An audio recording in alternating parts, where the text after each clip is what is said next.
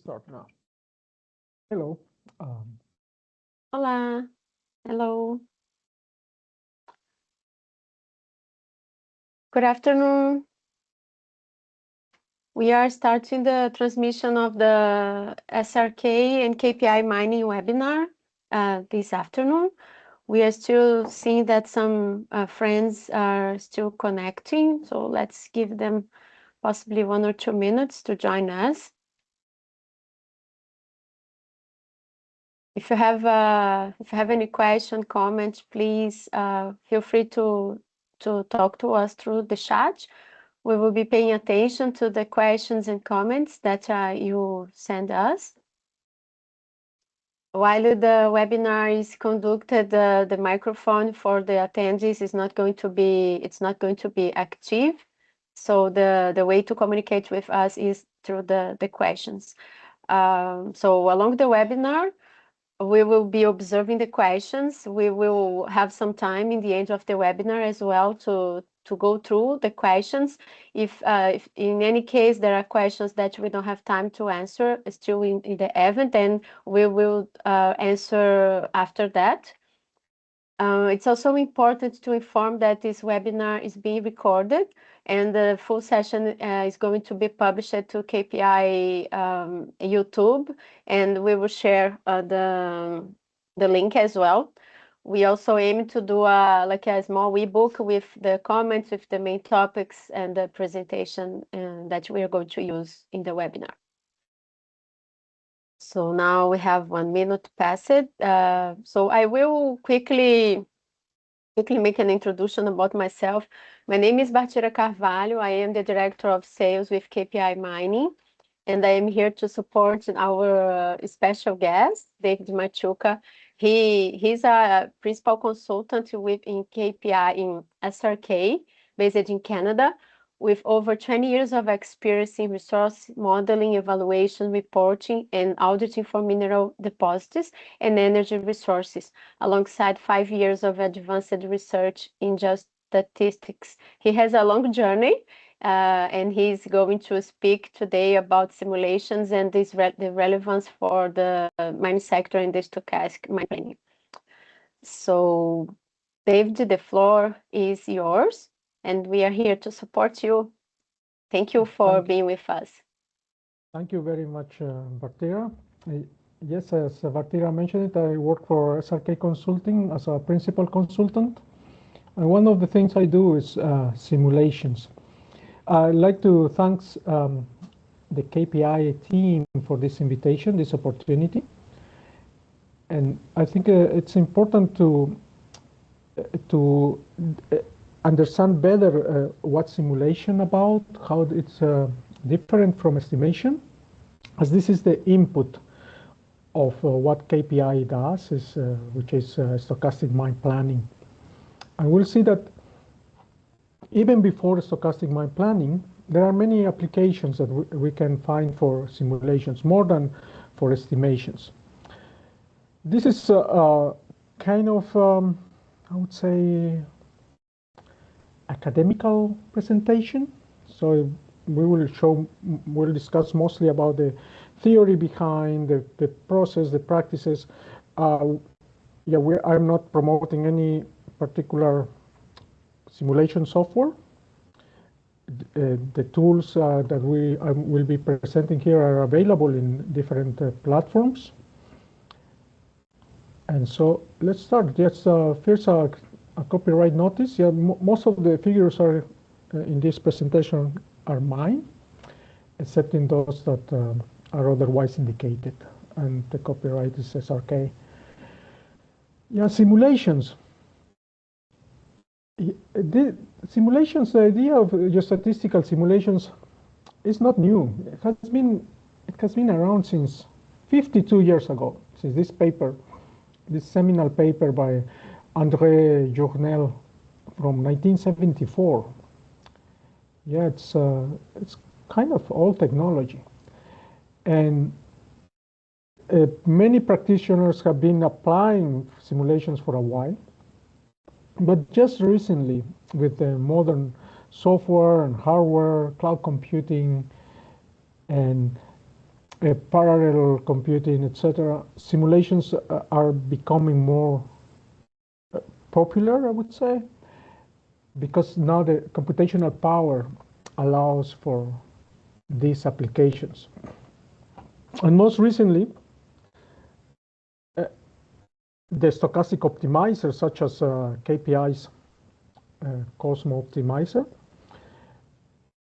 can use the multiple realizations, that the multiple scenarios produced by the simulations, to account for geological risk, for complex geological settings, and in the optimization of the resources and open pit optimization and mine planning.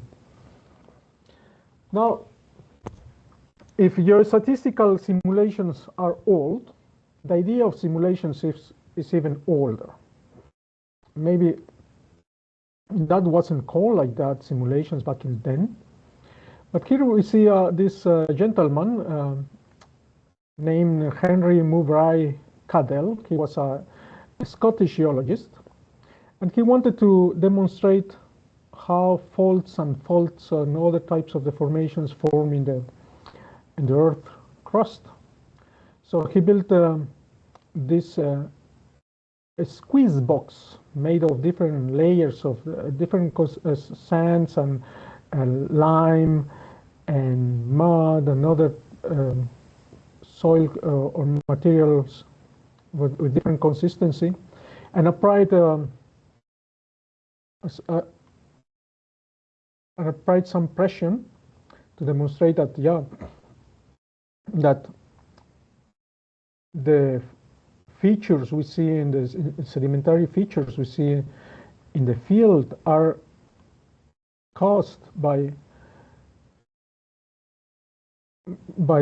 pressures in the earth crust. So in this way, he demonstrated that the behavior of the earth crust is caused by these different stresses. And the idea of the model, particularly of the simulated model, is that must reproduce the behavior of interest of the real phenomenon. If the behavior of interest is the deformation, so a valid model, such as Mr. Cadell's model, effectively reproduce those deformations. Of course, it's not exactly as the reality. And every time Mr. Cadell activated or exerted a new pressure on this layered materials, a new scenario occurred. So different scenarios are understood as different realizations, are named as realizations. So in general, we have two types of models: deterministic and the stochastic models. In a deterministic model, we assume that the data is unique. The values that we have as data are unique. They are not affected by any uncertainty. Or even if we understand that they are affected by uncertainties, we collapse that uncertainty. We take an average, we take the most probable value, the value that we trust more, and the input is unique, and the output is also unique. Whereas in a simulated or probabilistic model, or a stochastic model, we can account for the range of uncertainty in the data and the parameters, and also the input can be uncertain and the output can be affected by this variability. So we have different scenarios. In that way, we map the ranges of the scenarios, and that, as we will see in this presentation, can be more useful than having just one single output. But why do we need simulation, in particularly for mineral resources? Well, here at the left, we see an exhaustive data set. That means that we know the values at every point, every pixel. Then we sample it. And then we use kriging, or could be inverse distance interpolation, or whatever other interpolation method. And then we estimated the missing values between these data points at the same resolution as the original image. As you can see, we do not recover the patterns of the original image. The pattern now is smoother. And if we are interested about on the proportion about certain cutoff, we will see that this proportion is distorted. If we look at this in a great tonnage curve, we'll see that we have way more tonnage and lower grades than in the original image. That's the smoothing effect of estimation. And even if we apply block estimation, yeah, that won't help us much. But the smoothing effect of estimation is really important. Yeah, at the end, you may, more or less, you may recover the same metal, but you're recovering the same metal by mining more tonnage, so increasing your costs. So this issue was quickly recognized back in the 60s, in the 70s by geostatisticians. So they started thinking about how to produce models that reproduce the behavior or the distribution of the grades at the respective support. And one of the methods that were conceived back then was simulation. But simulation results in different scenarios. So whereas estimation is aimed at local accuracy and produces a single scenario, and we see the smooth variability and conditional bias, whereas grades estimated as high tend to be actually lower than they really are, and the grades that are estimated as low tend to be higher than the real are. Simulation is aimed to global and statistical accuracy. We want to reproduce the distribution of the grades. We want a model, again, a model that behaves like the real grades in terms of the tails, in terms of the distribution and the proportions of different cutoffs, in terms of the spatial continuity. And simulations result in multiple scenarios from the same information. And that allows for uncertainty evaluation.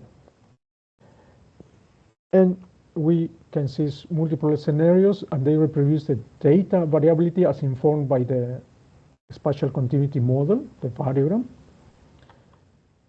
But what we are talking about when we are talking about uncertainty, what kind of uncertainty are we dealing?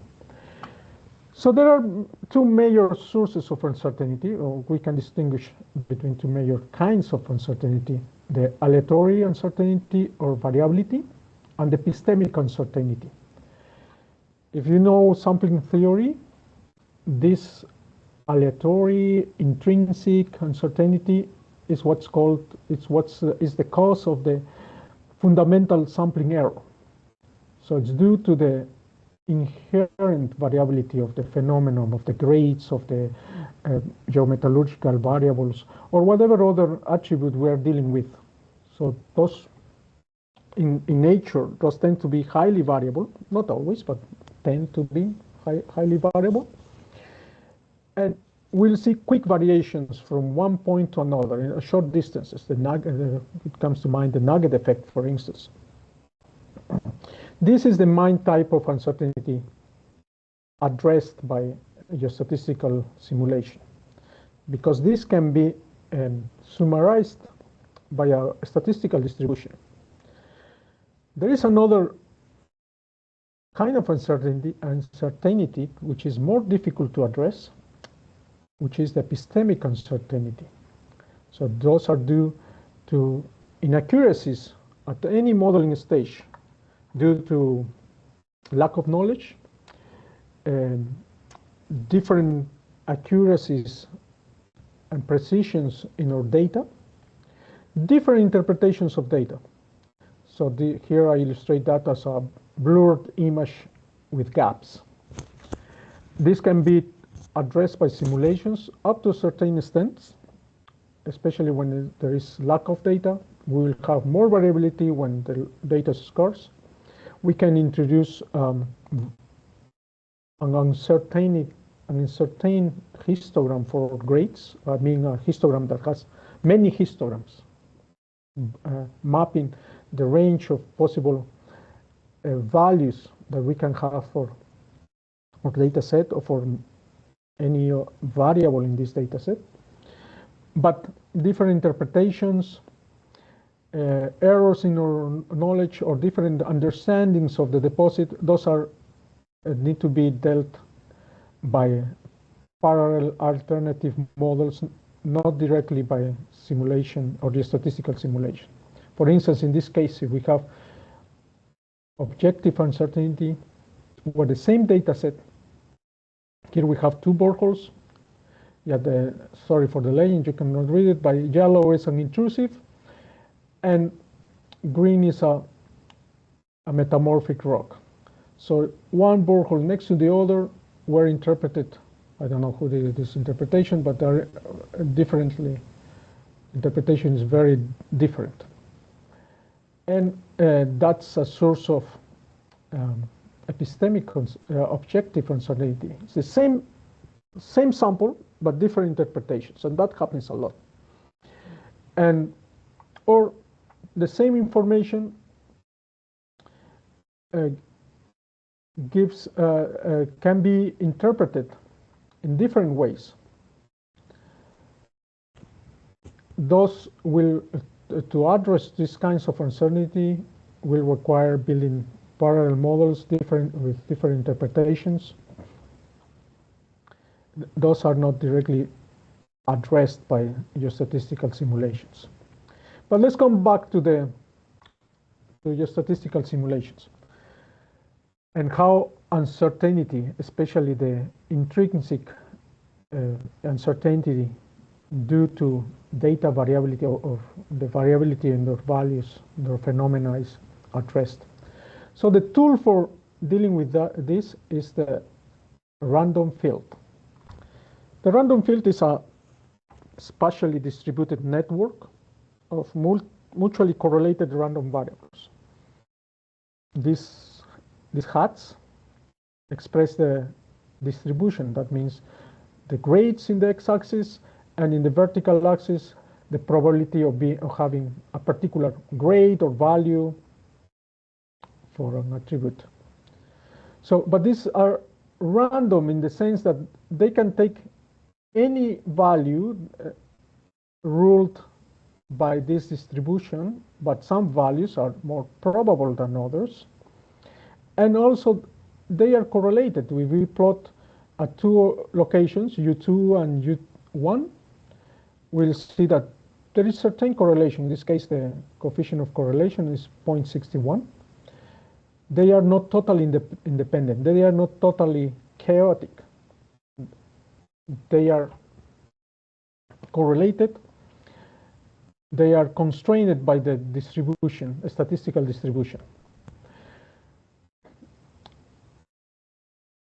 And if we assume these variables are Gaussian, they have this nice shape, bell shape, we can infer the mean and the variance of these variables, random variables, using simple kriging. Yeah, we won't go into the details of simple kriging.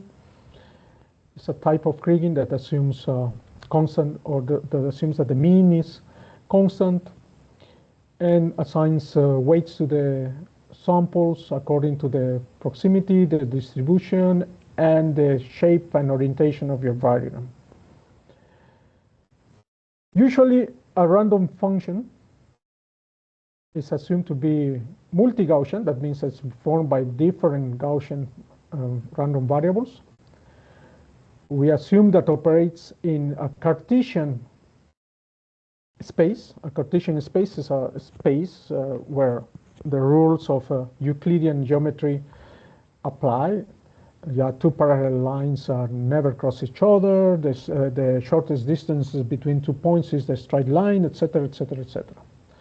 And those are the normal coordinates we learn from school and we use in normal life. We also assume that if two variables are correlated, they are linearly correlated. And all of them are defined at the same support. We'll see a little bit more about what do we mean by support. So as I mentioned it, let's see some aspects of the random functions. And you may be wondering why we are getting into this. Yeah, because this is the nuts and bolts of simulation. Random functions. That's what's happening. Even if you just press a button, that's what's happening. That's what the software is doing for you. And this is what simulation is based on. And the shape of these random variables is usually, not always, but usually assumed Gaussian. Yeah, if you're using indicator simulation, which we are not covering here, we do not assume a particular shape. If we are using high order simulations, we are assuming more complex shapes. But this Gaussian shape is very convenient. Yeah, this formula can look horrid, quite difficult, but yeah, you don't want to see the other distributions like the Lagrange, Legendre, etc. The other formulas are quite obscene, if you ask me. So these are mathematically simple. Simple because they depend only of the mean, expressed here as a mu, and the standard deviation expressed here as a sigma. Well, you have the number pi there, but everybody knows the number pi, don't we? And so it's fully described by these two values, right? The mean and the standard deviation. And if we are dealing with two or more variables, we now have the coefficient of correlation, this rho. And they have nice properties. Any combination of Gaussian variables are also Gaussian. You can add them. You can multiply by a factor. They're still being Gaussian. Any non-Gaussian variable can be easily transformed to Gaussian, etc. So it's a very convenient shape. We use it for convenience. Not because grades or other attributes that we deal with are Gaussian. We'll see that, yeah, this is almost never the case. And another thing we use for convenience is the stationarity assumption or decision of stationarity. So these random variables, we need to describe them. And we need to describe by describing the random variables, we describe the random field. We need to decide what's the average, what's the variance, what's the value of this constructs, these abstract constructs that inhabit some parallel universe. So we need to infer before being able to manipulate, before being able to use them for modeling and drawing conclusions, drawing results from these models. We need to be able to describe them. As we saw in the previous slide, to describe a Gaussian random variable, we need the mean and the variance. But how you can calculate a mean if you only have one sample per location? Maybe two if you did duplicate samples or twin holes, whatever. But yeah, you don't have many. Then you need to decide, okay, in this region, in this domain, the population of a particular attributes, which can be a grade, which can be a geometallurgical variable, a contaminant, etc., they belong to the same family. They belong to the same population.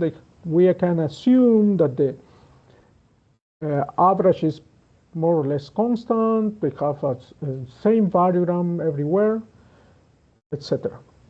Now, this is an assumption, or a decision we impose on the data. This is to be able to say something about the random field and to be able to manipulate to deal with the random field. This is not a property of the real world geological phenomenon we are dealing with, but it's something we must do to be able to go forward. This is the decision of stationarity. But we'll see that even if we decide that something is stationary, that doesn't make it stationary. And we will have to deal with that. And we'll see that later. Before going there, let's talk a little bit about support. Oh, those geostatisticians, those are such blessed souls that they think the worst problem in the world is change of support. That's what Professor George Matheron said. Yeah, the most important problem of geostatistics is change of support. And what's support? Yeah, the support is the physical container of a grade. So grades, they don't occur as points in space. They don't occur as abstract features. They are related to a volume, to a tonnage. They are in a 3 or 2D model. So, and as we change the support, we change the volume, we change the container of these grades, we'll see two features. The mean remains constant, and the selectivity is distorted. Selectivity means that if we apply a cutoff value, a cutoff grade, if we increase the support, there will be, depending where is the tail of your histogram, in this case your tail is at the right, let's say we apply a cutoff of 1000, we'll see that less and less material is selected above this cutoff. But the mean remains constant. So it's important to be able to model well the distribution of our grades. That will allow us to go to change support or whatever support we want to, selective mine units, monthly blocks, the next polygon to be mined, etc. And this is something that it's a major concern on geostatistical simulations, that the estimation can not deal with completely. Yeah, they are non-linear estimation methods that they provide a satisfactory solution to this, but not always. It's more complicated than that. Well, because in extreme, if you don't characterize what's above your cutoff, yeah, that has serious economical impacts. So simulation works on the same support as your data, basically. Yeah, there are methods of direct box simulation. We won't go into this at this point, but we are trying to reproduce the distribution at the same support of your data, of your input data. How simulation works. We'll see two major techniques for simulation. There are others, there are many others, but the most used in practice, implemented in commercial software, are the first is sequential Gaussian simulation. So if this is our grid, and we see those colored dots, those are our data points. And we select randomly a location that we want to simulate. Here is the location. We use simple kriging to obtain a mean and the variance. That defines, as we discussed before, a Gaussian random variable. So from this Gaussian random variable, we can draw randomly a value. Of course, the values at the middle will have higher chance to be selected, but let's say that this one actually at the right. So this new simulated value becomes now a data point. And now it starts, as it's a data point, it's used for kriging the mean and the variance at other locations, particularly in its own neighborhood. Now we visit another node in the random path. Random path is a sequence of nodes defined randomly. So it jumps at another node in our domain. And we continue using simple kriging to obtain the mean and the variance at different locations, adding the simulated values of the data set. So the new simulated data sets condition the new realizations, the new simulations, the new random variables. And by doing that, they become correlated because we're using the same data, the same simulated data to create new realizations. So the correlation, the spatial correlation, the variogram is preserved. And we continue until all the domain is, all the blocks or cells in our domain are simulated, they have a value. We want to run another simulation. We define a new random path, a different one, and repeat the process. And every time the realizations or the products of the simulation will be slightly different. Another method, it's older than this, the sequential Gaussian simulation. Actually, that's the subject of the 1974 paper we discussed briefly at the beginning. Another method is a turning band simulation. The idea is that we have a centroid, so different centroids in our domain, and we have like lines distributed in a sphere or a circle if we're working in 2D. Along those lines, we generate, using our variogram, or the covariance in this case, the variogram, the covariance can be transformed one into each other. So we generate a realization. We generate random values, kind of in the same way as for sequential simulation, but just operating on the lines, which is more efficient. It's really quick. And then if we go to a single line and we want to simulate a value here, we project this point to a particular line and we borrow the data from there. But now there are many other values, right? So, there are many other points there. So we design a bandwidth. So all points within this band will get this value from this line, from the line that's perpendicular to the band. But now we have other bands, and we get new simulated values.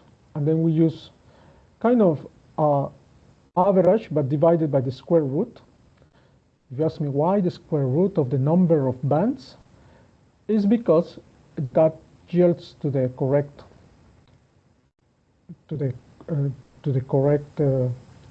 simulated value. If you don't divide by the square root, we'll have the values in the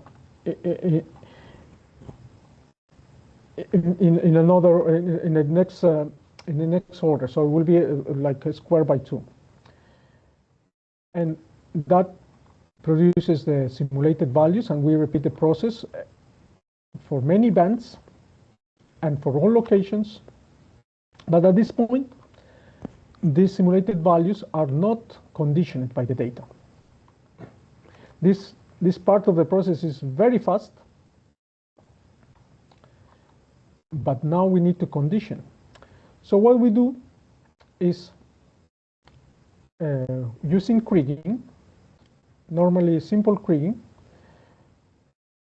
with these dots. The red dots are the kriging points, and the X's are the simulated points. So we have the difference between the kriging points and the X's, and we map those differences and then add to the simulated values. And in that way, we condition the realizations. So the simulation, the realizations reproduce the data at their own locations. So that's the second step of turning band simulation. And so why we like sequential Gaussian simulation versus turning band simulations? Well, for the first reason to decide between one of the other is that if we are working on a regular grid, SGS, sequential Gaussian simulation, only works on regular grids. Turning band simulation, it's grid agnostic, can work on regular grids, on points, on triangle centroids, whatever, doesn't matter. And you can simulate on your wireframe if you want, using turning band simulations. Where with sequential Gaussian simulation, you cannot do that. You need a regular grid. But sequential Gaussian simulation can incorporate local anisotropies variograms. I'm still saying truncated. Turning band simulation needs a single variogram, a single stationary variogram. You cannot work with local anisotropies. That makes it fast, because you need to do the calculations, the complex matrices calculations only once for from turning band simulation. So it's very efficient. It can be 5 to 10 times faster, particularly in very large models. You will see the difference. I'm talking about hundreds of millions of cells that are the sizes of the simulated of the models we can simulate nowadays. 500 million cells, English billion. I mean, not the Spanish one. That's a million of millions, thousands of millions of cells. And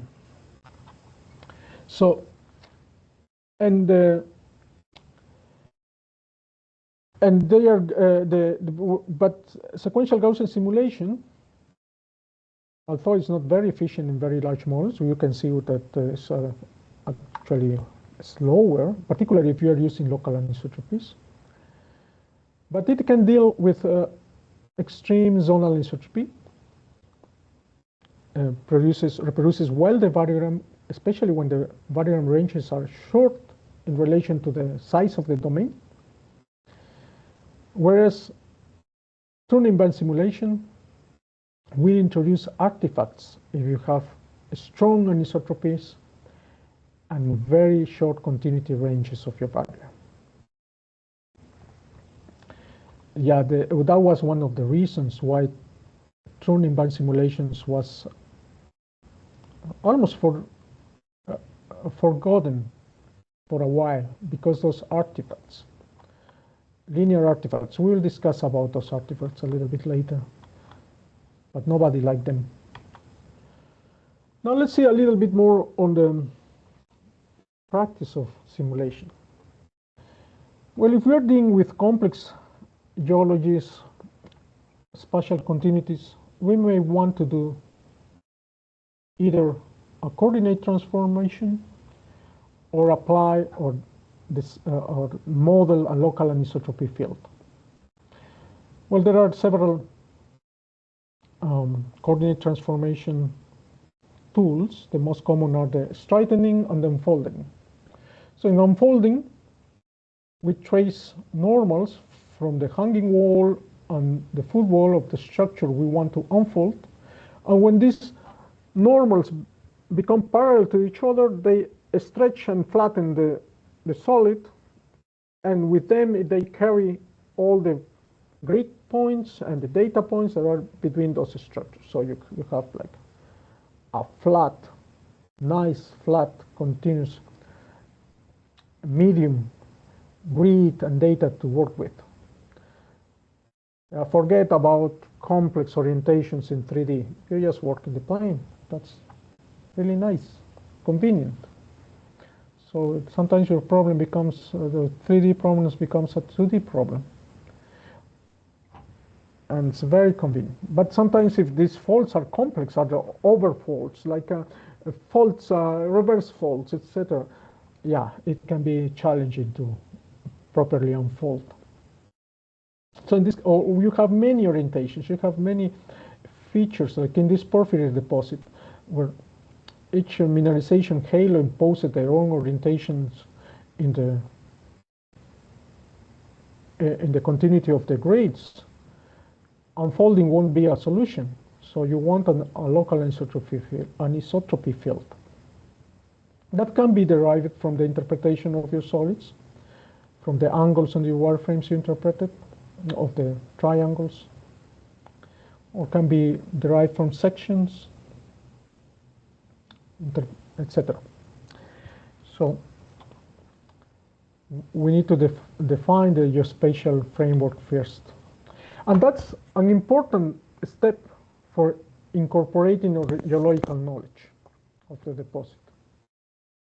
So as you will see between lines, there are many opportunities for simulation. I would say more than for estimation, to incorporate geological knowledge.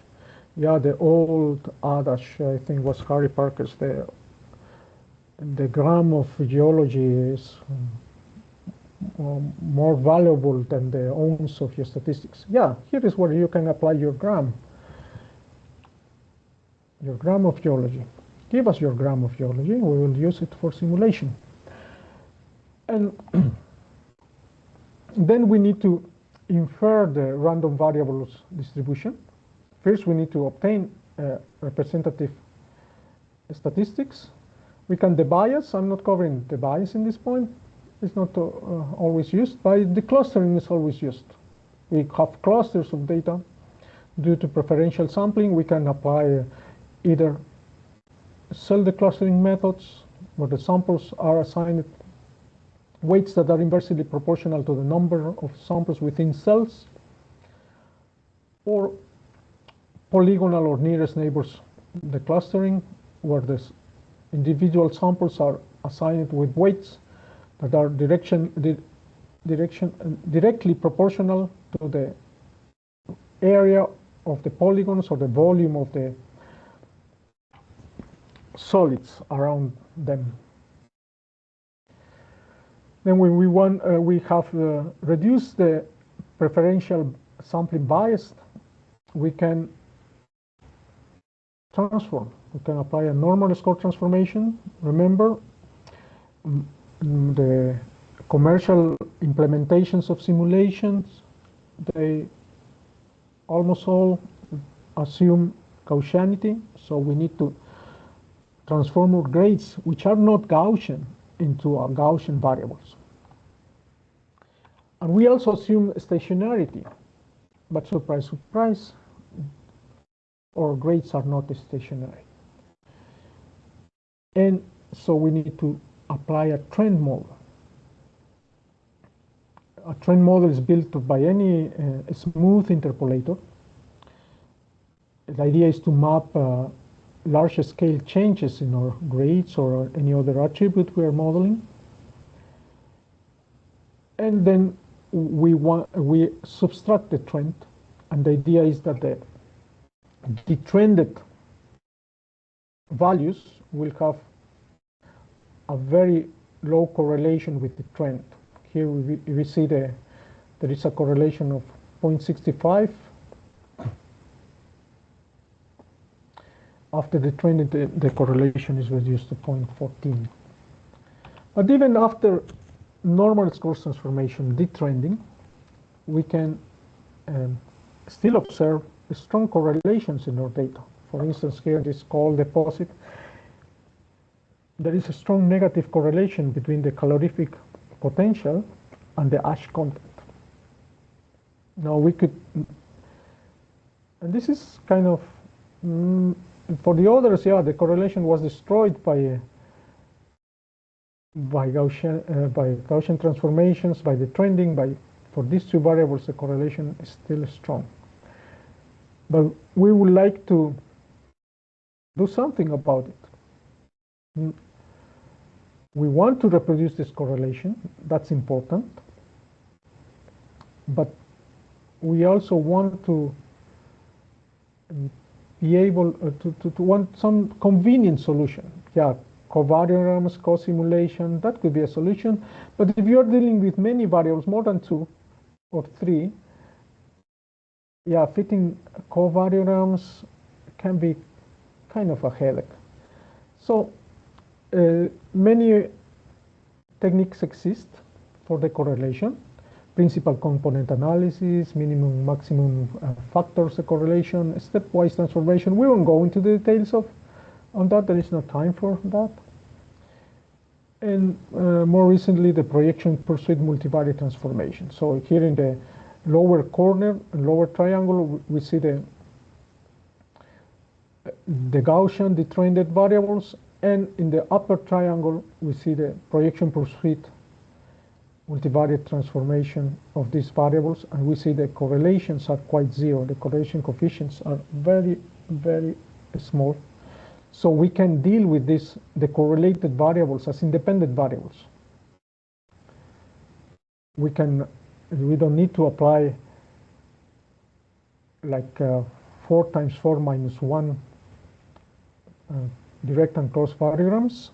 We just need 1 variogram, 4 variables, 1 for each variable. So now we have morphed our data. We have declustered, spatially transformed, decorrelated, detrended.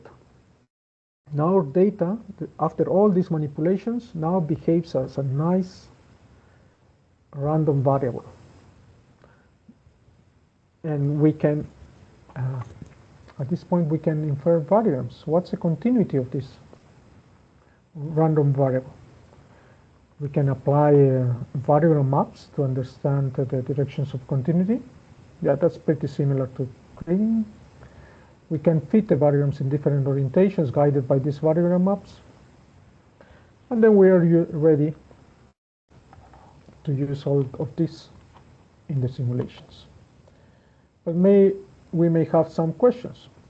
What cell size should I use for simulations? Remember, and that's why I stopped a little bit to talk about support. Support is key in simulations.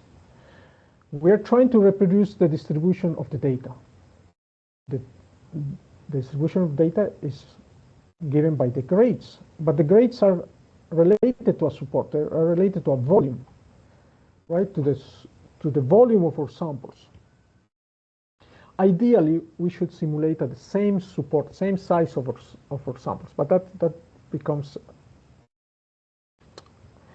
impractical quickly. So we want cells, at least cells that have some relationship, some coherence with the compositing length. Because again and again, because we want to reproduce the behavior of our data at the same support, and the behavior of the data is related to a support. So we would like cells that have pretty much the same support as our composites, as our data. This will be too small. The composites are too large. This will be okay, and this will be too big. We will be assigning values that correspond to a small support to a big volume. And more than that, we may be ignoring if we assign the values of the composites to the center of the block. We may miss some of them. So we want to preserve this relationship. Yeah, in many cases, this can result in gigantic block models. So nowadays, simulations are performed using cloud computers, cloud computing, and virtual machines. Or if that's not an option, that's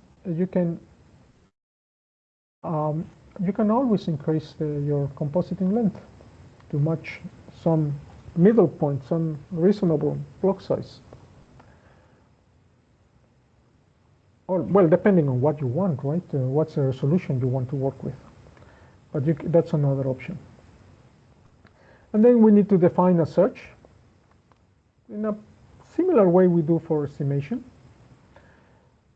But in simulation, we want, unless the ranges are very small, very short, we want ranges that are comparable to the variogram ranges, unless the continuity is very short. We do not apply multiple passes. There is no need for. The algorithm will sample the whole ellipsoid in a way that benefits the reproduction of the spatial continuity. In theory, using lots of data is better, but that results in more time, more running time, and a rule of thumb between 32 to 48 composites are good enough.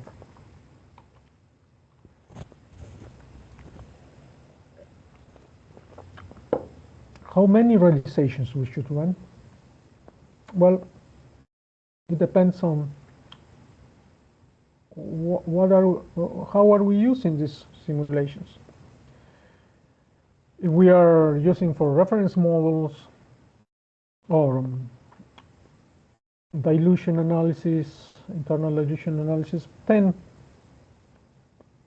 will be okay.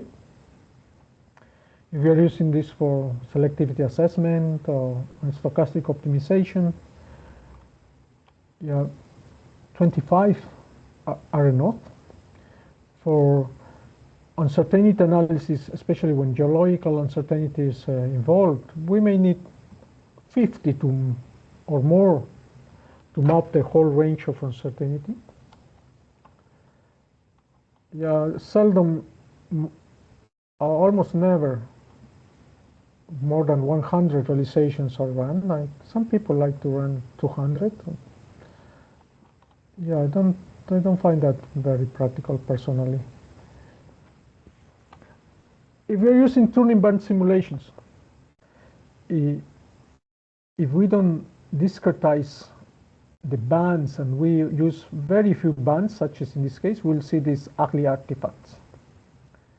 You see these stripes. That's one of the reasons tuning band simulations were neglected for a long time. But with modern computers, you can use thousands of bands, discretize it in thousands of points. And if your variogram ranges are long enough, comparable to the domain size, and your data is abundant enough, I mean, you're not dealing with a few hundreds or less than 100 data points, yeah, you won't see those artifacts in the tuning band simulations. So yeah, and that's another parameter to keep an eye on when working on tuning band simulations. Yeah, different realizations, as you can see. Each realizations result in a slightly different, or not so slightly, but a plausible configuration distribution of your grades. So once you're simulated, you need to undo all the transformations. If you decorrelated, you need to restore the correlation. If you detrended, you need to restore the trend. If you, of course, you transform to Gaussian units, you need to restore the original units. If you unfolded or applied another kind of spatial transformation, the fault should be restored. The original coordinates should be restored.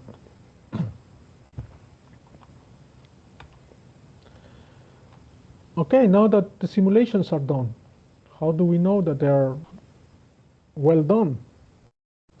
Well, first, we need to check the histograms against the data.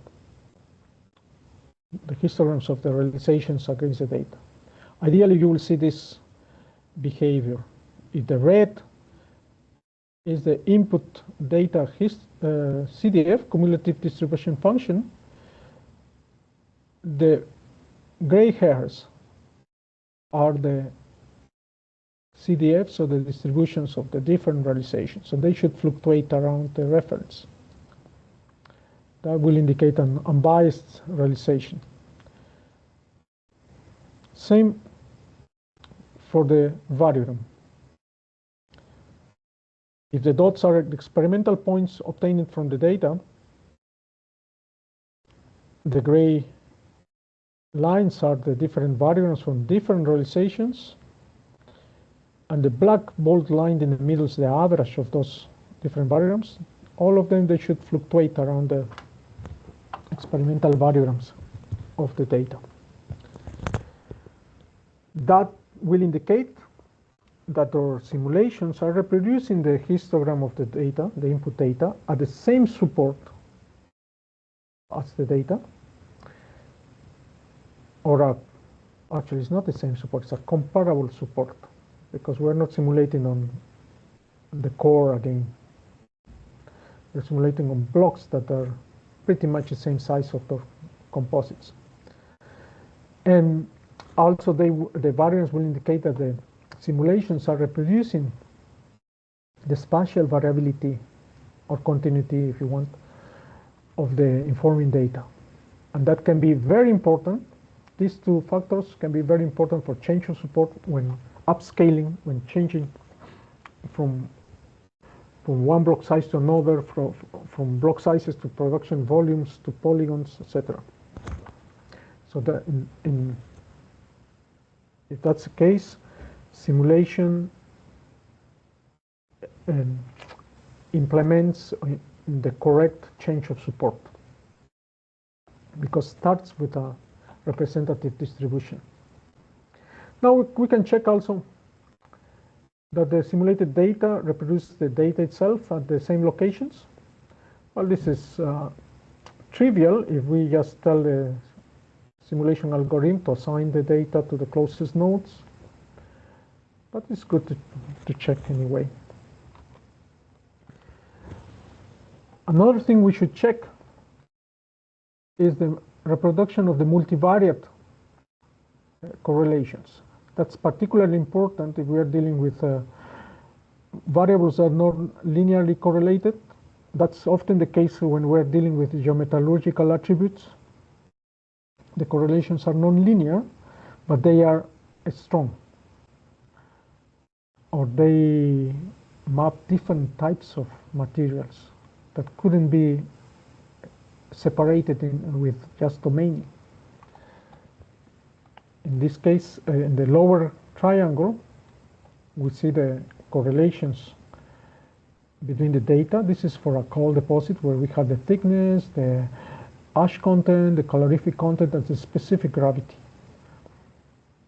We see very strong nonlinear features, well, excepting for the ash content and the calorific content. Yeah, here's a. There should be calorific content. But we see that the simulations reproduce those features. Yeah, the shapes are quite similar. Of course, we have more dots in the realizations because we have many more simulated cells than data points. But restoring the correlation reproduces those complex features that can be important when dealing with contaminants or geometallurgical variables. Okay, once we are happy with our validations, we could apply also a swap plot. To check, the other techniques that we apply for estimation. Of course, we should check the simulated values against the data visually. The same things that we do for estimation. I'm just showcasing additional validation steps that simulation requires. As you can see, those additional validation steps are not required necessarily for estimation, because estimation cannot reproduce these features. The multivariate correlations, the variograms, and the histograms.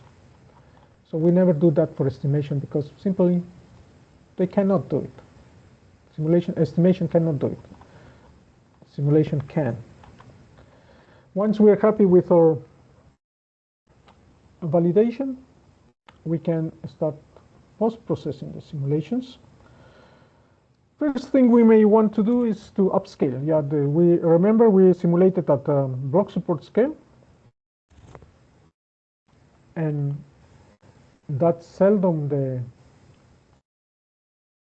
scale or the support we need for practical applications. And we want to upscale to the block support, to the SMU support, so selective mining unit support, or even bigger volumes, the volume of a stope, a volume of a blasting polygon, volume of the plant monthly production, etc. Well, this can be done for grades, which are additive variables. We are dealing with non-additive variables. We may need to apply some kind of transformation, ratio, log ratio transformations, etc., to be able to do this operation, upscaling. But as the simulation start at the small support, at the cell support, they start with the right histogram, the upscaling will be also correct. So we are dealing consistently with the change of support and challenge. We may want also to take the average of the different simulated values at each cell before or after upscaling. That's called an E-type estimate. Well, they will result in smoother realizations. And you may say, yeah, that's what we want. Stop. Our simulations are done. Here is your E-type. No. If you're pursuing just an E-type, just stay with estimation. Don't get into the trouble of doing simulations. That's too much work for just an E-type. E-type is good for localizations, which are not covering here in this session, are good for orienting your production, but they're not the final product. It's not the final product of your simulations. You can do much more better. We'll see about that. First, we can extract measures of uncertainty. We can extract the standard deviation of the realizations at each cell, SMU, or production support. We can derive coefficients of variation that will indicate where there is more variability and therefore more uncertainty related to the variability. We can extract percentile ranges, the P90 minus the P10. So the probability of being above 90% of the data minus the probability of being below the 10% of the data. That will give us an idea of the spread of possible values at each location. We could get the probability of misclassification, a probability of being ore, whereas we in reality are in waste, probability to be around the mean. So yeah, we may use that for measures of uncertainty. If we're dealing with, let's say, iron or more than iron, almost phosphates or potash, where we have very continuous grades, yeah, we may want to highlight blocks that exceed or areas that exceed plus minus 5% of the mean, that will be the highly variable areas.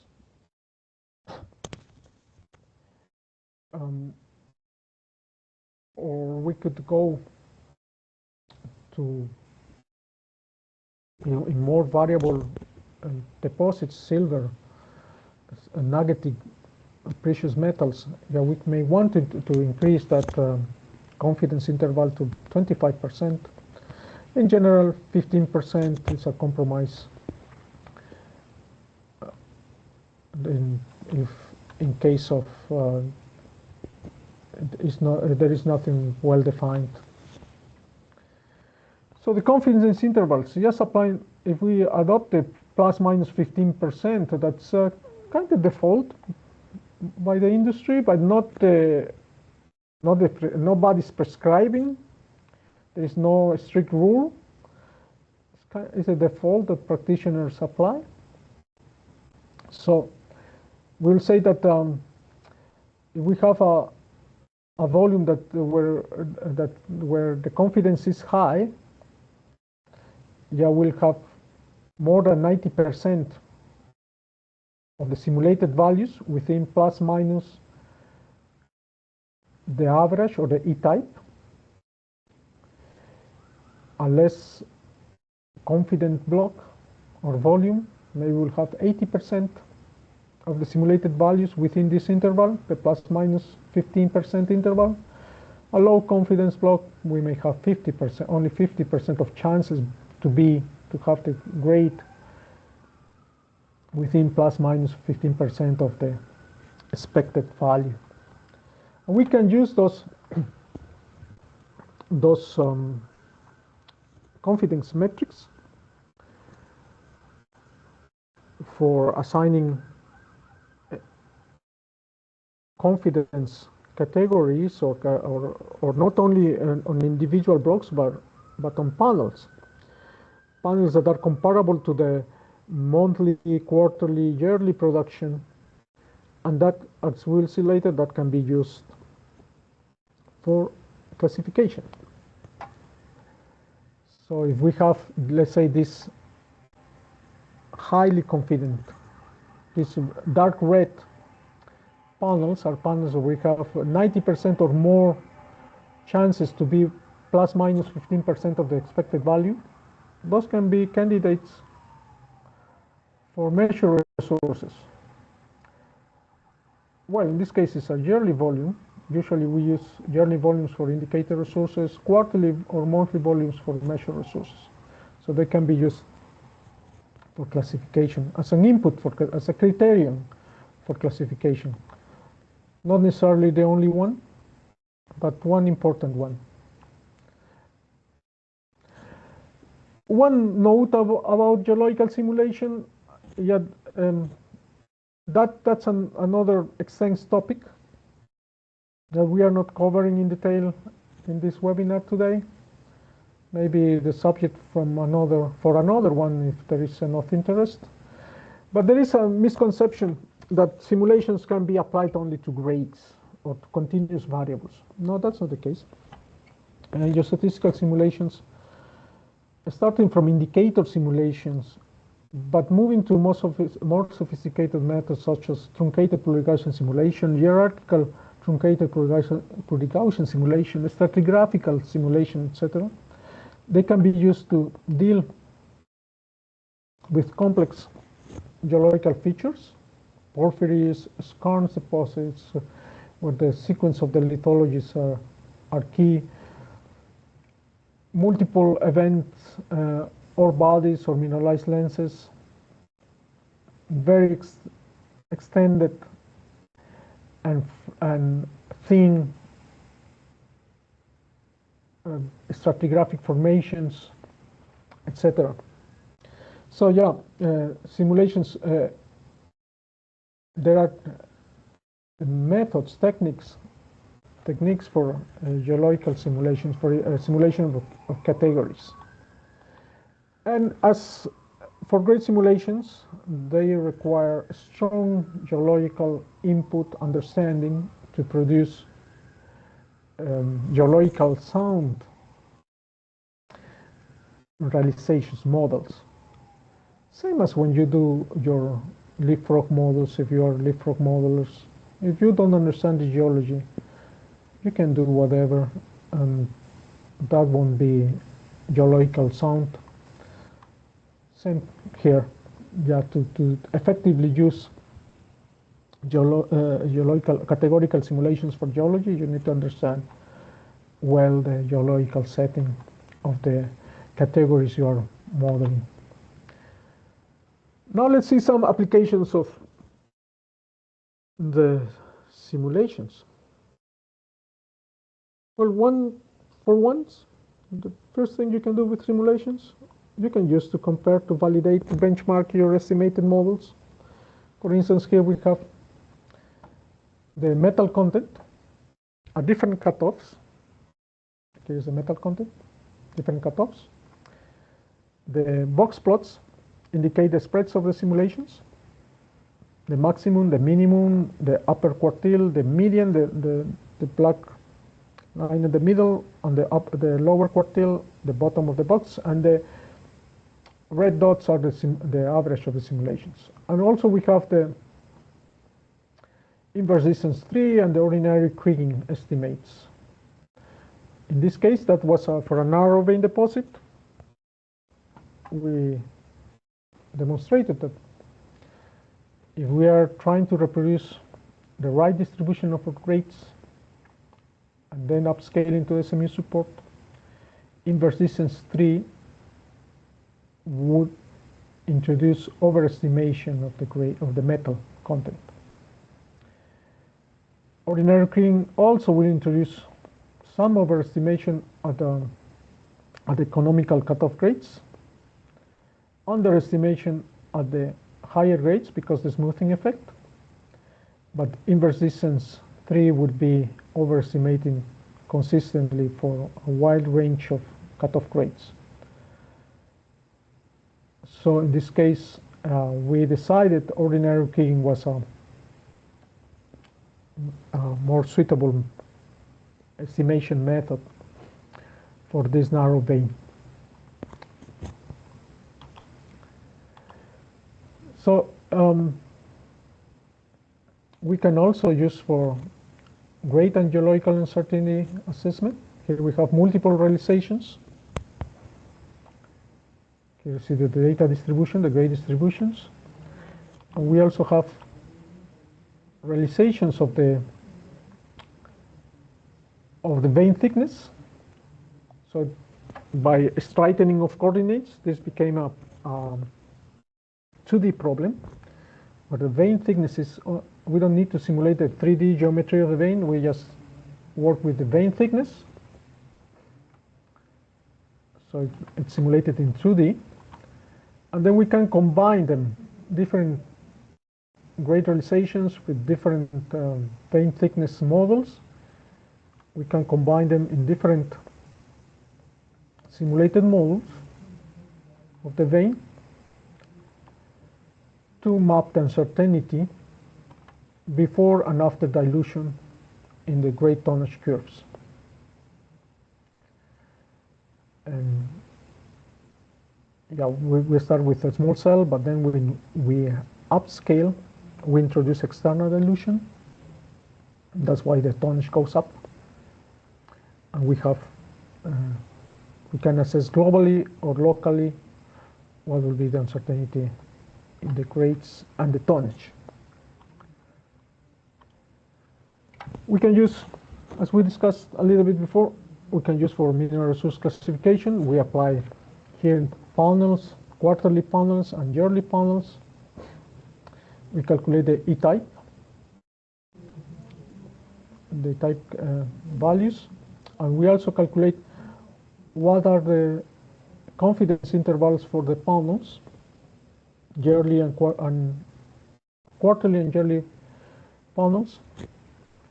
And so we can have here panels that have strong confidence in dark red to be within plus minus 15 of the expected value. And in the periphery, we have panels that are lower confidence. For the quarterly panels, those will be candidates, areas candidate for the measured resources. And for the yearly panels, those will be the input for indicator resources.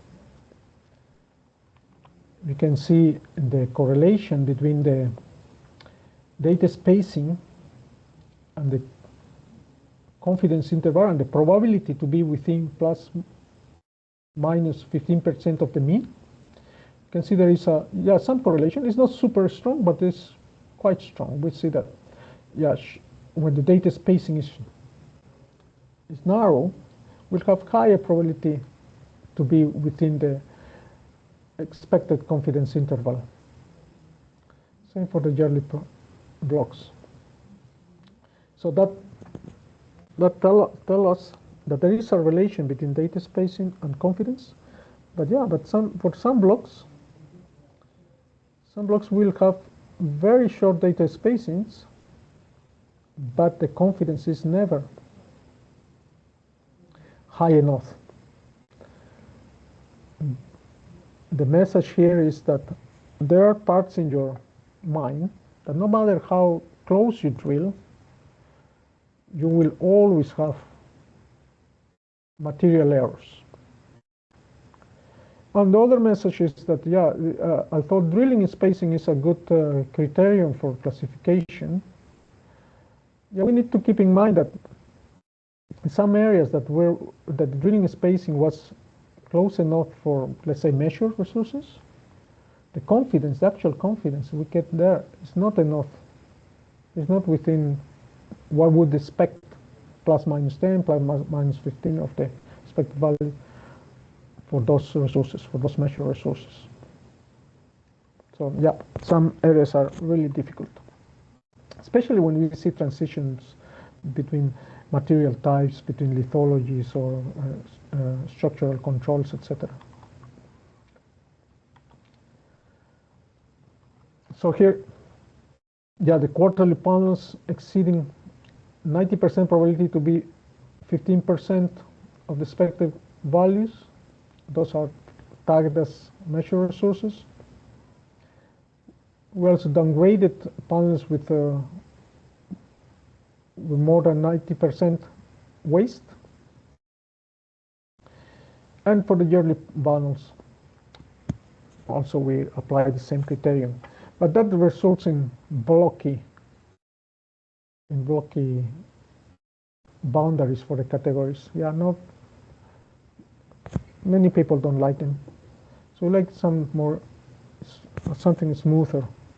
So if we want something smoother, we need to have we need to be a little bit more patient, because this moving panels classification takes time. Because now we have this evaluation of the confidence evaluated within moving windows. These moving windows capture blocks. The windows are the size of the production panel. That's why it's called also moving production panel. But they capture blocks inside and calculate the confidence intervals within those windows, and assign the resulting metric to the block in the middle. Then jumps to another block and picks another set of blocks in the neighborhood, calculates the confidence intervals, and assign the new category to the central block. And that results in smoother contours.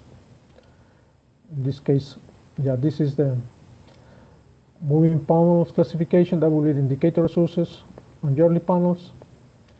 And even then there are some features, some blocky discontinuous features that you can smooth automatically or manually afterwards to get a nice looking indicator resources profile that no auditor will complain with. Oh, hopefully. And that's another application. But one of the most important applications And this is mostly for resource geologists. We haven't gotten yet to the mining applications. And one of the most important applications is drilling spacing for resource upgrading. So the question always, very often comes, what will be the drilling spacing we need to upgrade inferred to indicated, or indicated to measure? Yeah, we can, for answering that question, given the current data set, we can generate multiple realizations. We can pick one of them or several of them as reference distributions.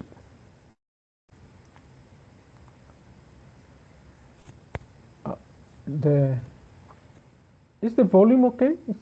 I just saw the message there.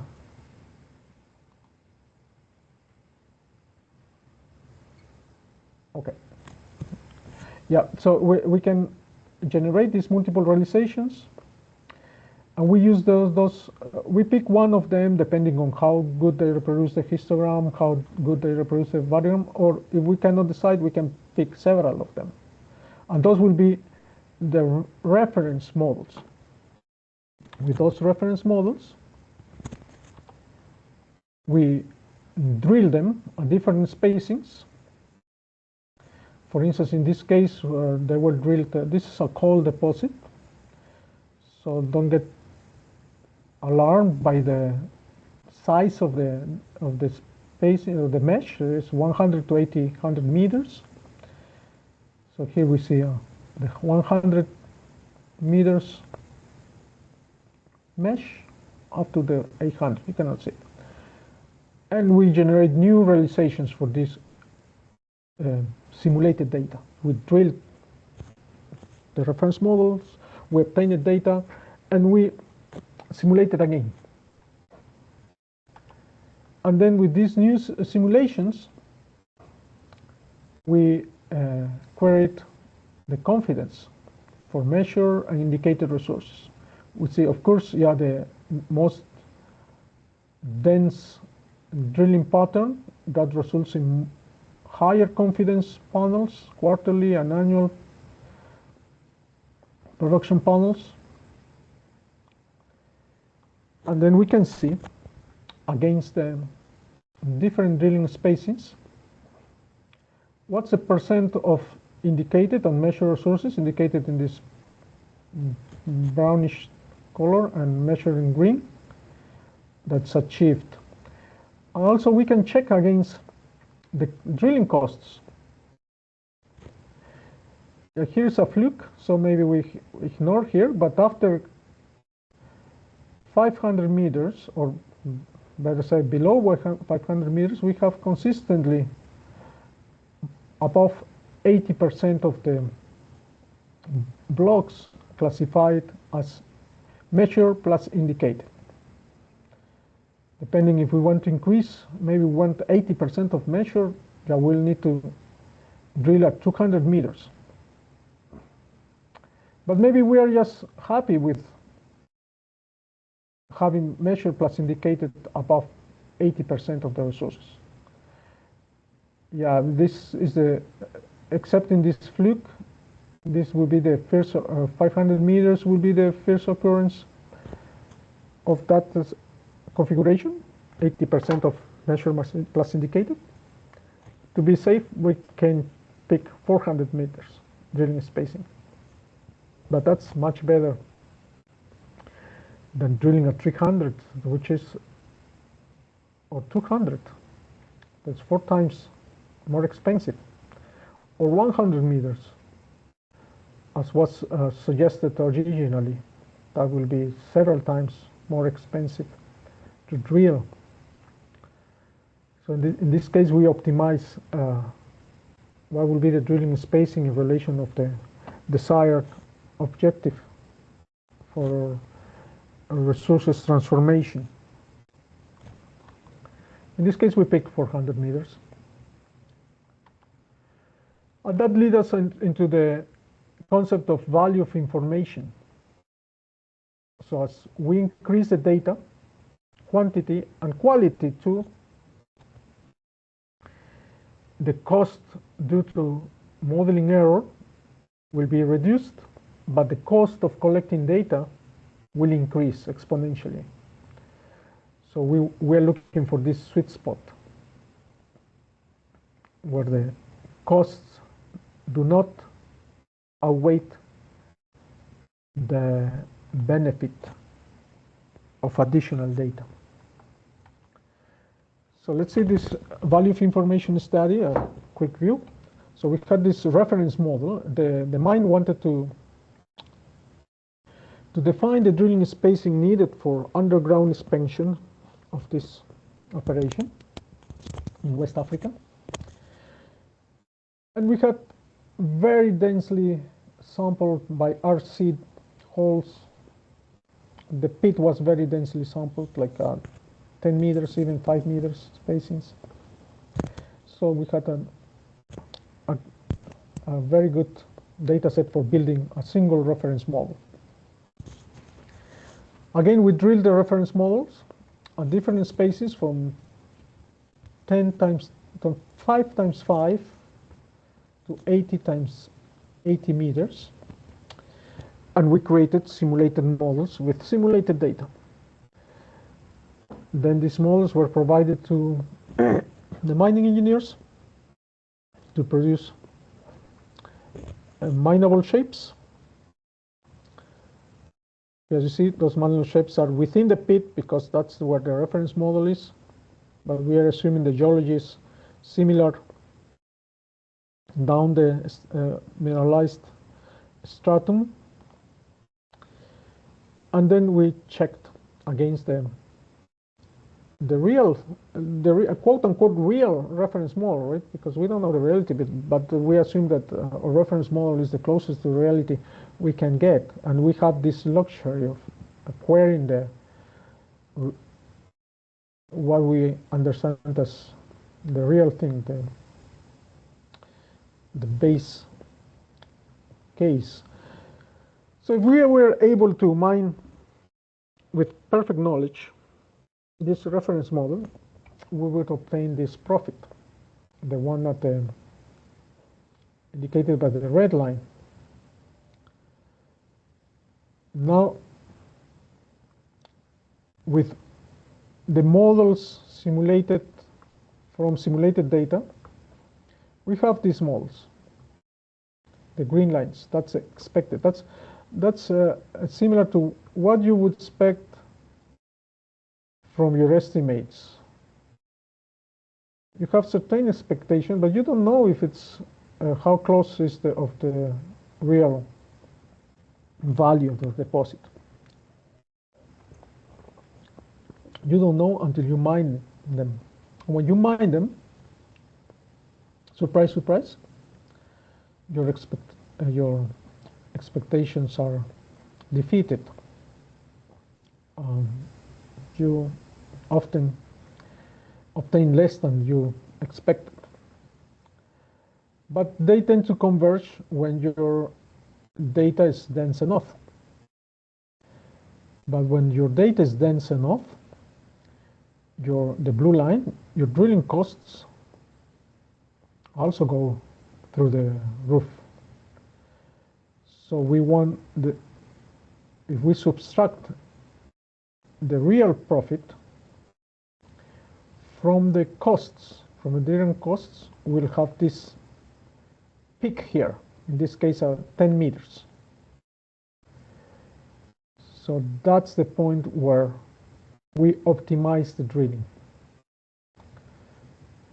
where drilling costs do not outweigh the benefit obtained by the additional drilling.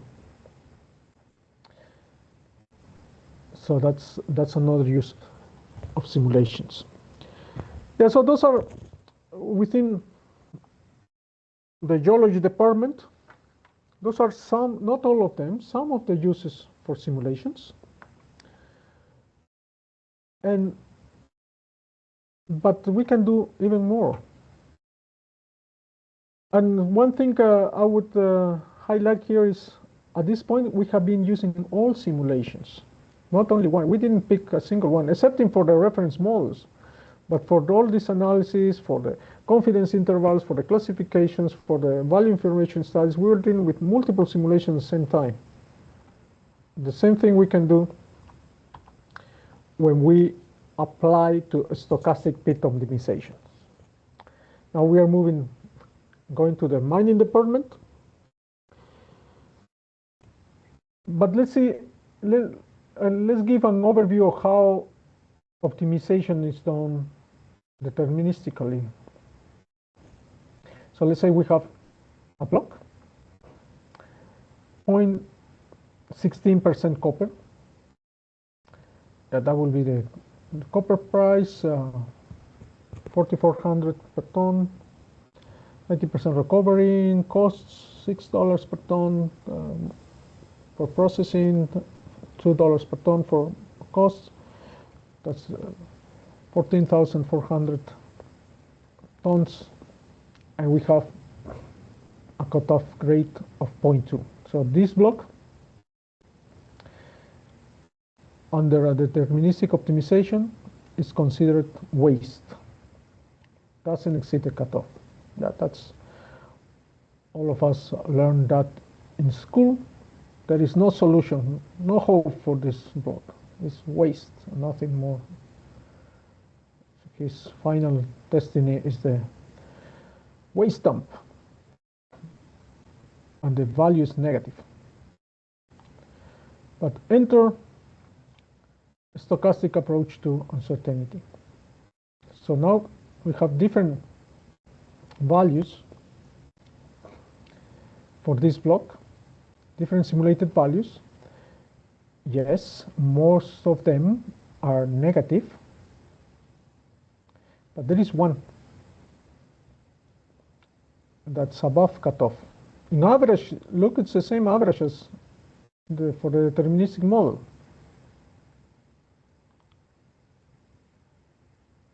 And so we'll deal with expected block value, where we factor the times the block was classified as waste and the times the block was classified as ore. And so we have expected value, a positive expected value. This block can be extracted. But this is a risky block. We need to account for this risk, but also keeping in mind that we have a potential value here. So whereas in the deterministic mine scheduling, we want to maximize in different periods. If the C's are the values of the blocks, the X are the indicators of the block. If it's 1, it's mined in a given period. If 0, it's not mined. And we want to exceed certain constraints that can be, we need to achieve a minimum production, for instance, a minimum metal tonnage. So every block is considered with a single value, and the blocks are selected according to these values. In the stochastic mine scheduling, based on the stochastic integer programming, we have different scenarios.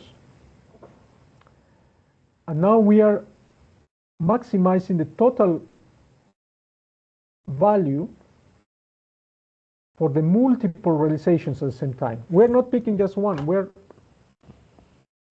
We're picking all of them together. We're maximizing all of them together. And all of them for different periods in the mine.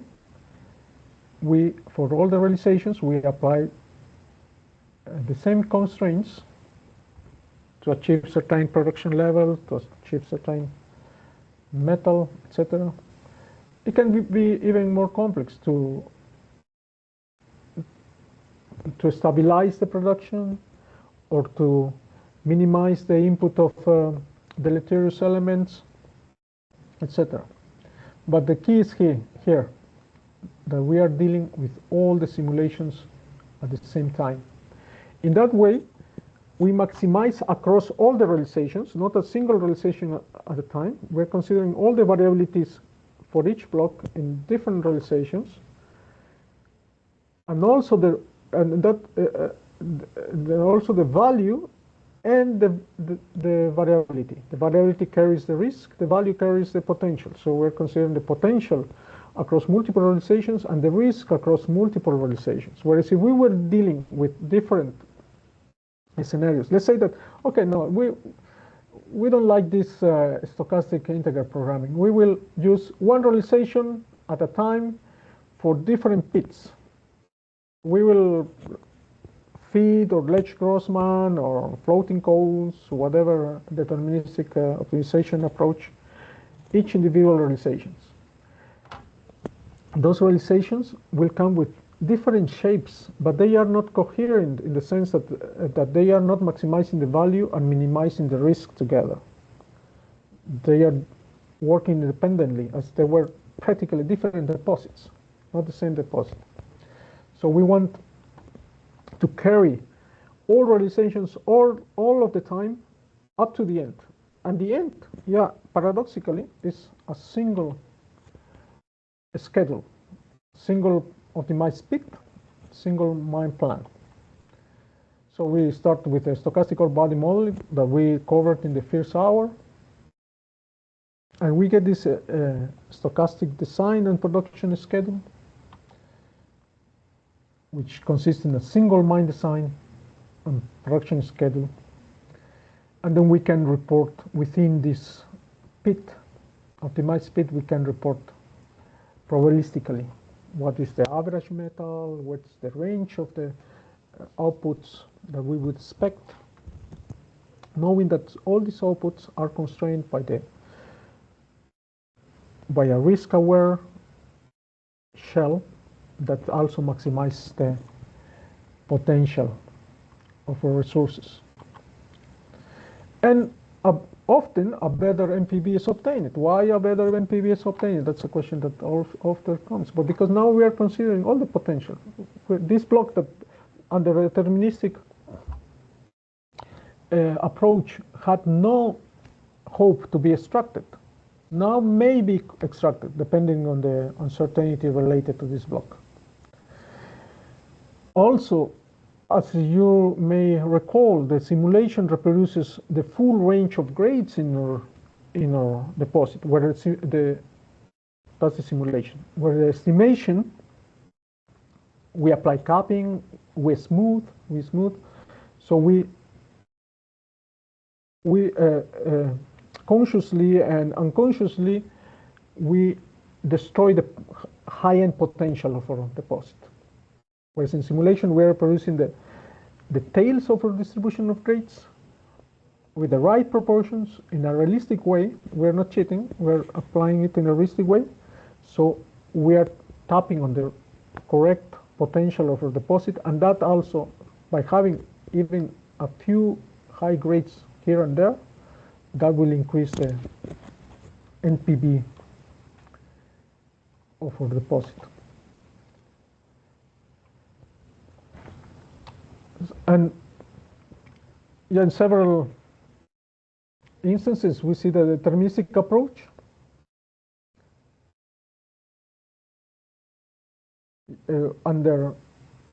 underestimation when we compare with the stochastic approach. The deterministic schedule can be too optimistic,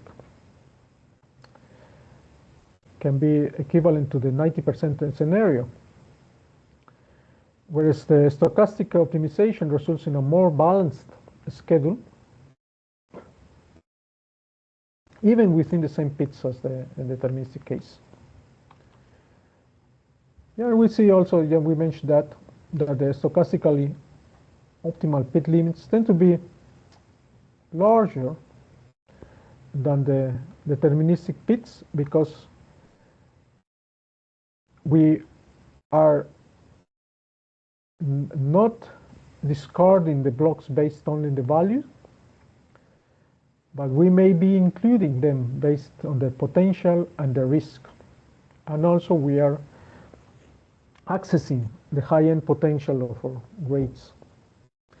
So that's a brief introduction on the stochastic optimization. The KPI team may be able to provide more details about the stochastic optimization. The main focus of this discussion was what comes before, the simulations. I hope you have a better understanding of simulations at this point, that there is a way of using the multiple realizations produced by simulations. Before was, okay, why do I need 20, 50 realizations? What I can do with those? Yeah, the idea was to show that having multiple scenarios give us access to new products. Analysis of uncertainty, Drilling spacing analysis, input for classification, stochastic mine optimization. So, as a manner of concluding this presentation and giving some room for questions, we saw that geostatistical simulations, the goal of geostatistical simulations is to produce models that behave like real attributes in terms of the statistical distributes of at a given support, spatial continuity, non-stationarity and trends, spatial deformations guided by geological controls, linear and multivariate relationships that can be key for when dealing with geometallurgical variables. And by being able to produce models that behave like real grades at a given support, we can give more uses to simulation than estimation. We can use to assess the drilling spacing. We can use to assess the impact of fluctuations in we didn't cover that, but we could assess the impact of fluctuations in contaminants in the mill feed. We can use them to assess dilution. Can assess the probability of exceeding thresholds for grades or contaminants. And these benefits, these uses, they are not only constrained in the geology department. Thanks to stochastic mine optimization, they move to the mining department and elsewhere. They are even further. As the stochastic mine optimization is able not only to maximize revenue, as the deterministic optimizers do that, but also is able to reduce risk. Yes, and that will be that for this presentation. We have around 15 minutes for questions. Yeah, so thank you, David. It's great that you have time for questions. Sometimes it's not the case. So we ended receiving a few questions. So I will start asking Laura to help us. I have been hearing a lot about not only the concerns about grades and all the geology aspects, but the recovering side of the equation is very important always, and nowadays even more. So I have a question here saying how and if geometallurgical variables can be used in this process, if they can be simulated. Maybe it's more to David to answer. And then how geometallurgical variables can be used in the stochastic mine planning approach. Okay, I'll answer the first one, and I think the second one, Laura is better poised to answer the second one. Yeah, and well, yeah, as we saw, I tried to introduce. I didn't put many examples of geometallurgical variables, but yeah, geometallurgical variables can and should be used by simulations, especially because they can be non-linearly correlated with grades, and they can be absent. In that case, we'll need imputation, which is it's in a single phrase is simulation, but based on this applied on the data set. Your statistical imputation is simulation based on the applied on data set. So we simulate the values along the boreholes based on correlated variables. And the best way of dealing with correlated values is through these multivariate transformations that we see that simulations can be able to reproduce these complex correlations between multivariate variables. Yes, so geometallurgical variables, contaminants, even geotechnical variables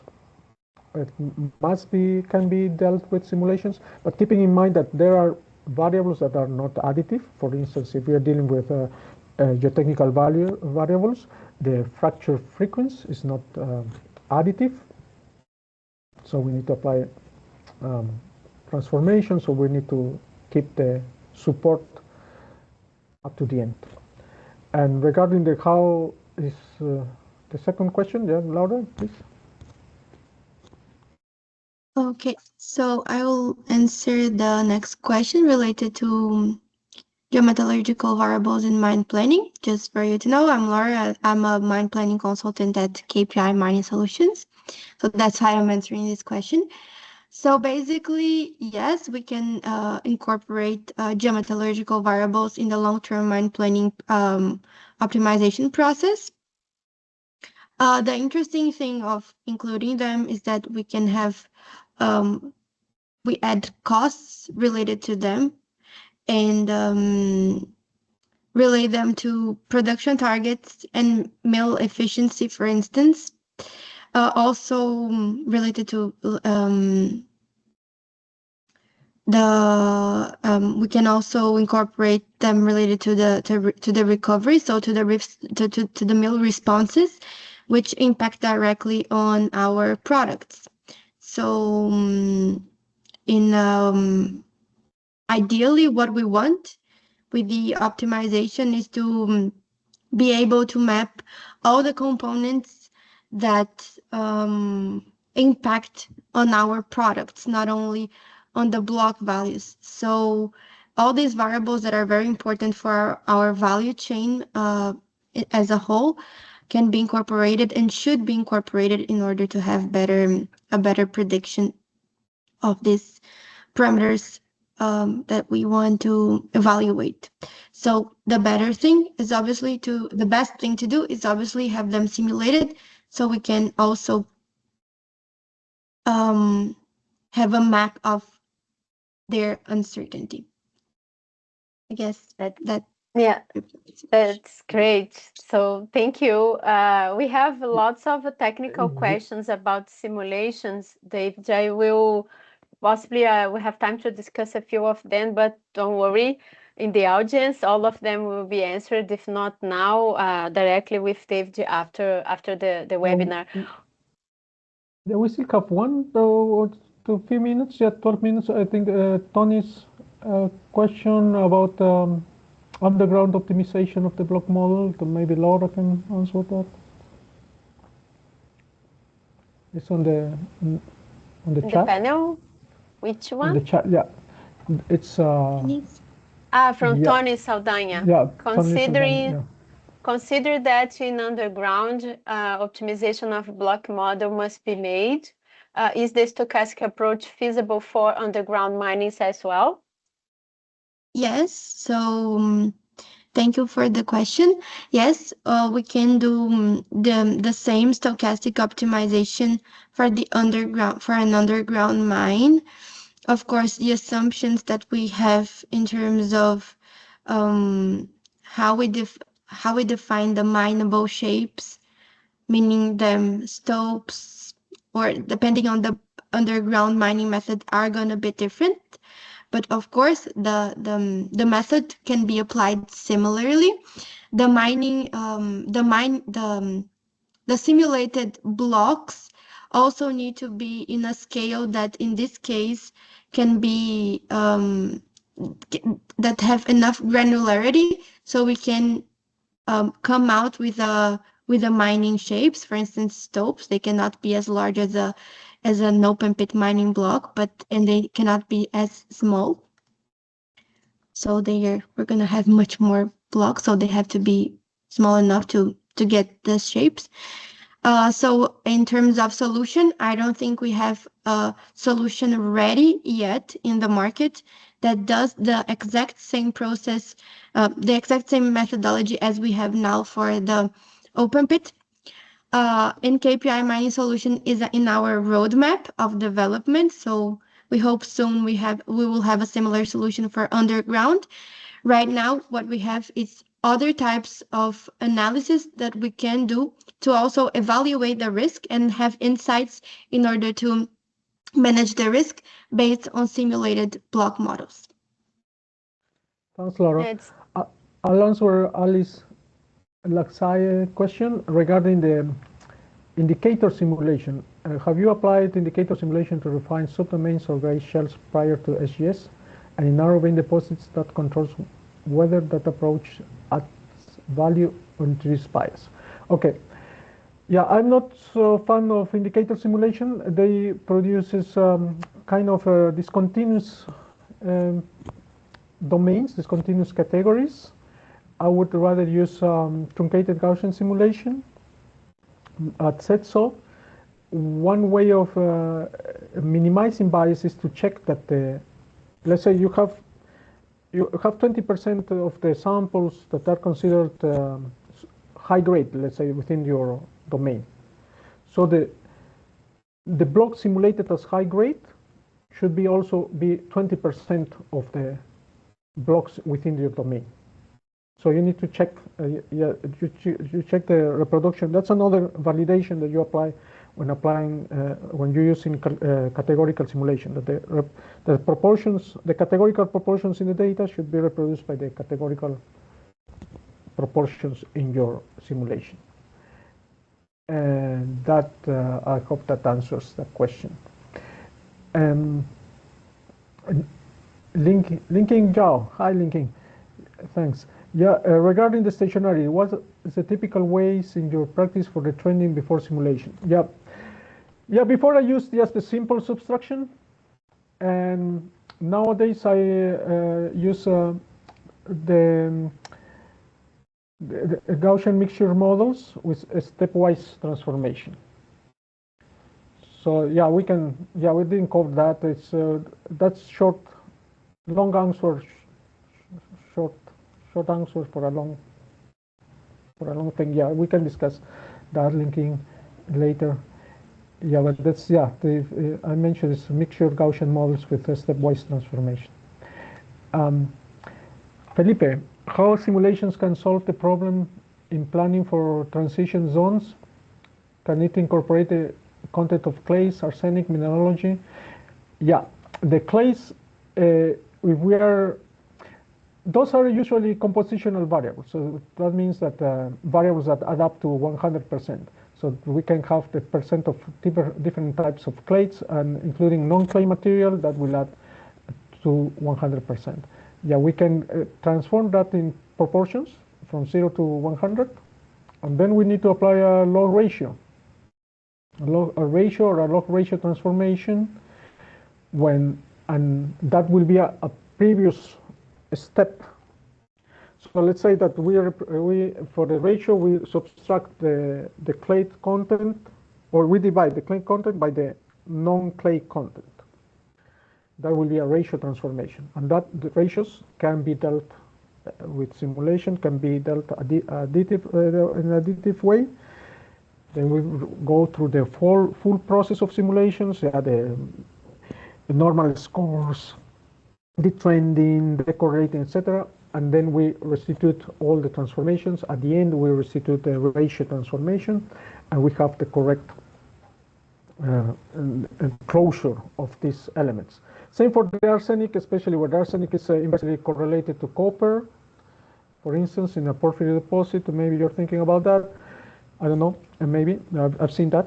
So that's why I say put in that example. Yeah, we need to apply a ratio to reproduce the right or we need to apply the projection pursuit multivariate correlation very carefully to be able to reproduce this strong inverse correlation.